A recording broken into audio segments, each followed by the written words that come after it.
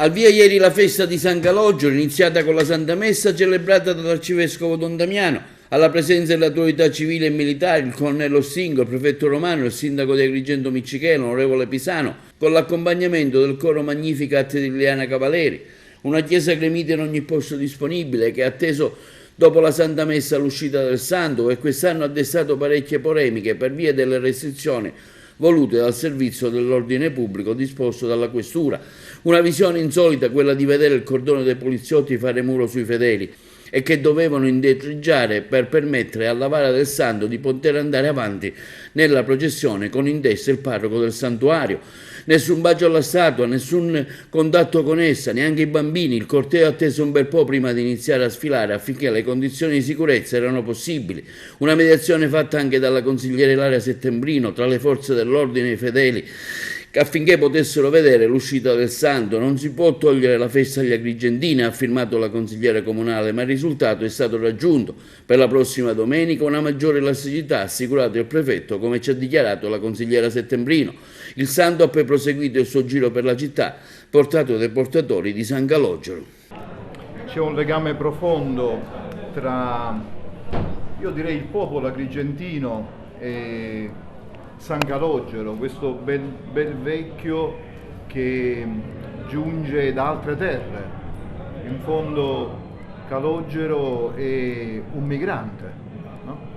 È un migrante che approda qui e porta con sé questa vicinanza, questa dedizione al buon Dio, diventando punto di riferimento per tanti uomini e tante donne, parole sagge, gesti di guarigione che entrano nelle viscere della gente.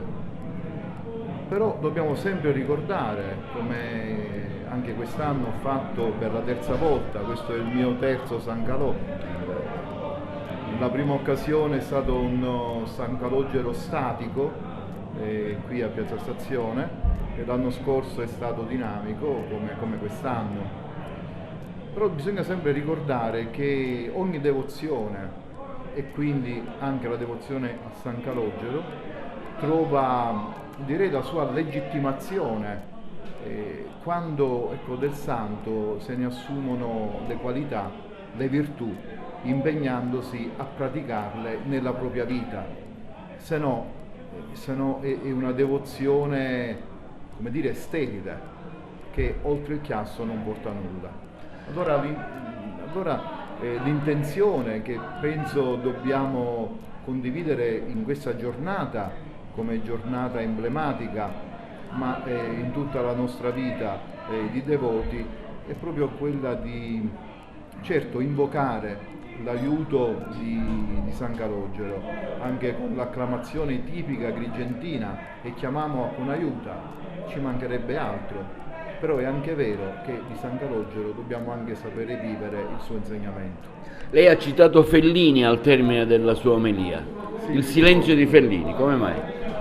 Perché è un pensiero semplice, alto, a mio avviso quantomeno, a cui bisogna ritornare, perché il Vangelo parla agli uomini e alle donne credenti. Il Vangelo, la parola di Dio, parla a tutti gli uomini e le donne di buona volontà.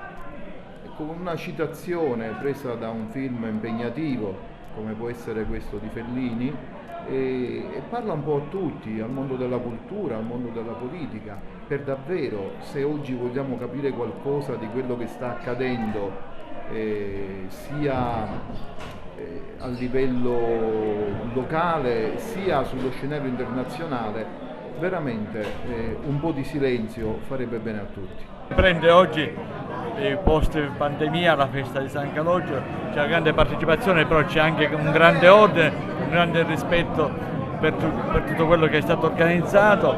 Io ringrazio sia l'ordine pubblico, le forze di polizia, ma anche i portatori che sanno in maniera molto ordinata come portare avanti questo evento. Un augurio a tutti i Calogeri.